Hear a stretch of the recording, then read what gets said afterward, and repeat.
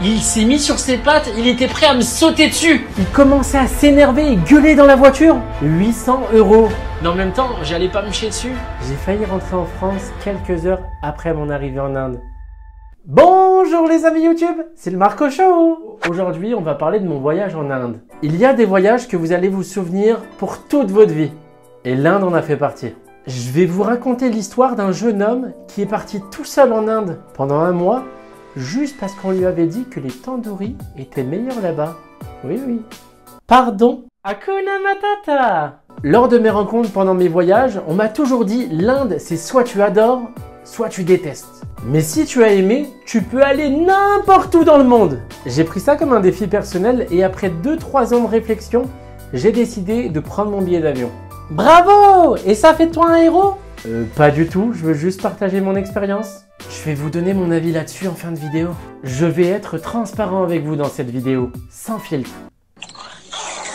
J'ai dit sans filtre. Tous mes proches autour de moi me trouvaient très courageux d'aller en Inde tout seul. J'avais un peu un côté inconscient à me dire, on verra ce qui se passera là-bas. Je savais pas vraiment dans quoi je mettais les pieds. La liste des choses dont j'étais au courant avant de partir en Inde.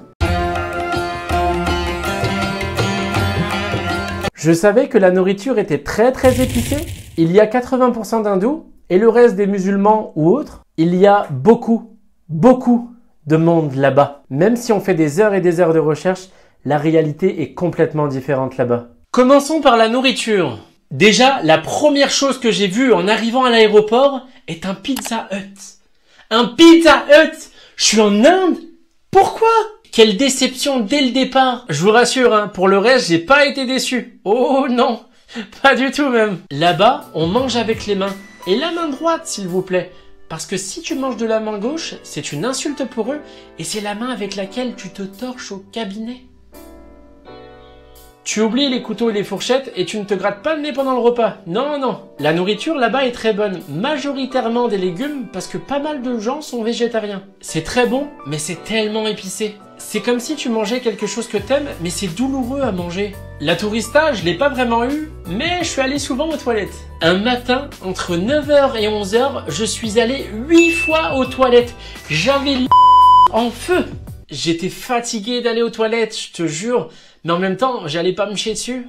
Comment sont les Indiens? Ça fonctionne différemment là-bas, mais c'est à toi de t'adapter. Je te rappelle que t'es dans leur pays. Les routes en Inde.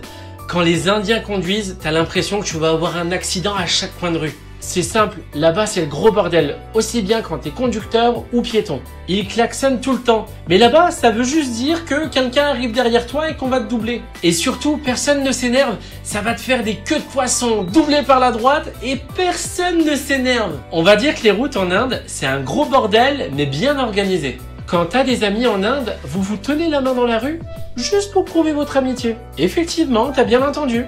Pourtant, ils sont pas gays, ils sont juste heureux d'être amis. Il y a tellement de monde là-bas que c'est impossible d'être dans sa bulle.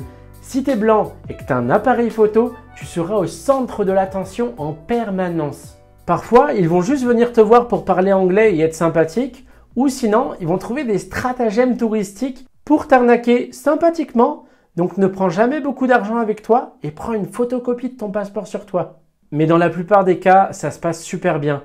Les Indiens sont des personnes qui n'ont rien et qui veulent tout te donner, c'est incroyable. Je me suis même fait un pote indien. Regardez, c'est lui en photo.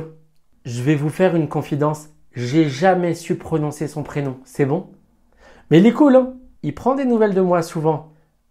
Un peu trop souvent d'ailleurs. Hey man. Hey Marco, what's up? How's you doing, man? Nothing man, same as yesterday. Oh, red nose, nice.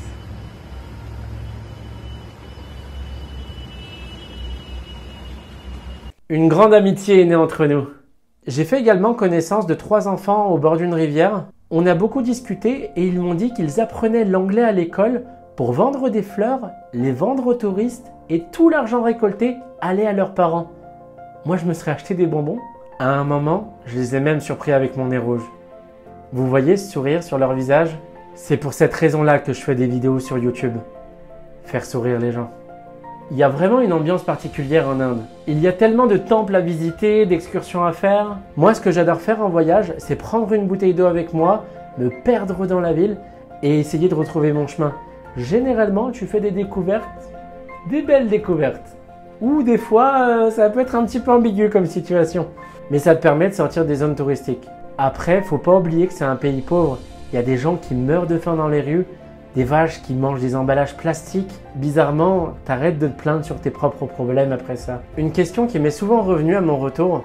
Est-ce que c'est dangereux de voyager en Inde tout seul? Attends, j'ai une idée pour répondre à cette question. J'ai fait plein de stories Snapchat là-bas. Parce que le « Bonjour les amis Snapchat », c'est le Marco Show. En réalité, c'est sur Snapchat que ça a commencé. Bonjour les amis Snapchat. Bonjour les amis Snapchat. Bonjour les amis Snapchat. Si vous voulez, la prochaine vidéo, ça sera un résumé de mes stories Snapchat que j'ai fait en Inde. Est-ce que ça t'intéresserait? Dis-le moi dans les commentaires. Sérieusement? Tu fais comme tous les youtubeurs pour avoir des commentaires. Tu as déjà prévu cette vidéo de toute façon. Peut-être, probablement. Marco, moi je veux voir cette vidéo, je vais mettre un commentaire pareil, un j'aime et je vais la partager. Bon, pour revenir à la sécurité en Inde, si j'ai un seul conseil à vous donner, laissez les singes tranquilles.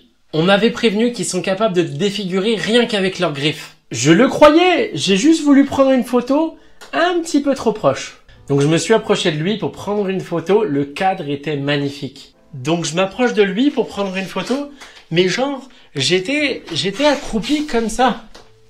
J'étais encore un peu loin, mais au lieu de zoomer comme une personne sensée, non, j'ai préféré m'approcher de lui. Je vous jure les amis YouTube, le singe, il m'a montré ses dents comme un chien enragé. Il s'est mis sur ses pattes, il était prêt à me sauter dessus. Moi j'ai vu ça, j'ai eu peur, je suis tombé à la renverse. Au final, pas de blessure. J'avais toujours mon téléphone avec moi et vous savez quoi? J'ai même pas pu prendre cette photo. Je suis dégoûté. Après cette histoire, quand je voyais un singe qui passait, je baissais les yeux.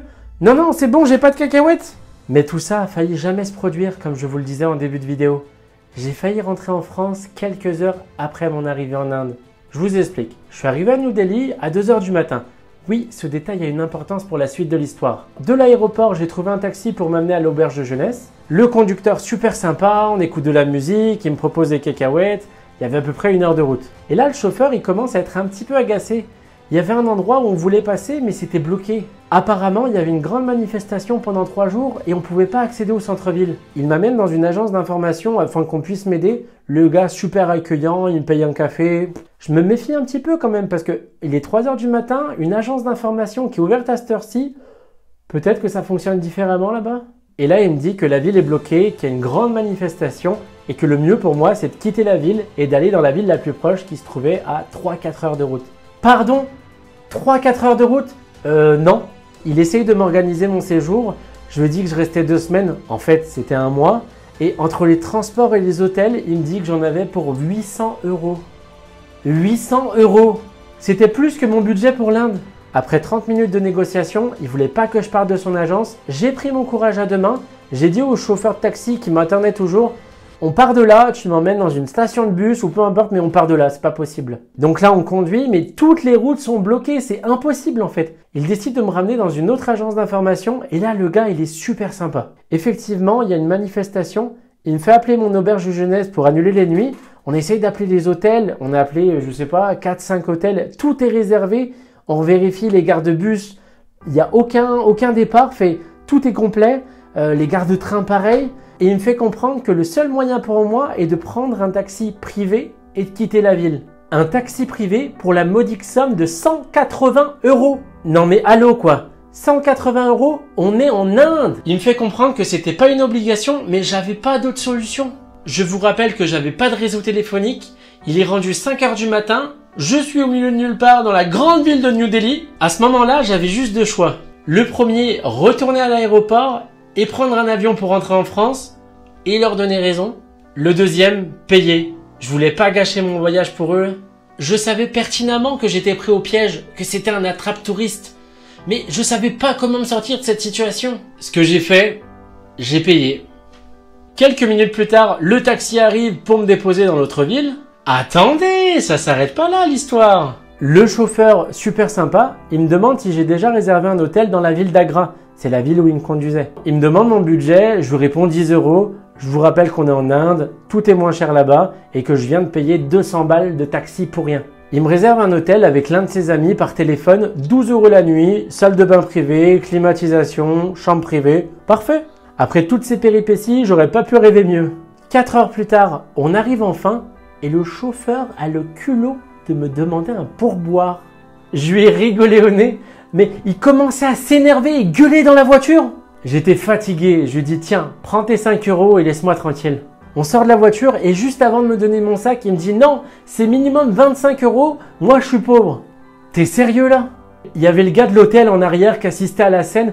Imagine, il lui dit un truc comme charge 800 € la nuit ou 1000 € la nuit. Tu sais, il lui dit quelque chose en indien que moi je comprends pas. Il était rendu à peu près 9 h du matin. J'étais parti de Paris la veille pour arriver à New Delhi à 2 h du matin. J'ai pris mon premier taxi qui m'a baladé pendant 1 heure.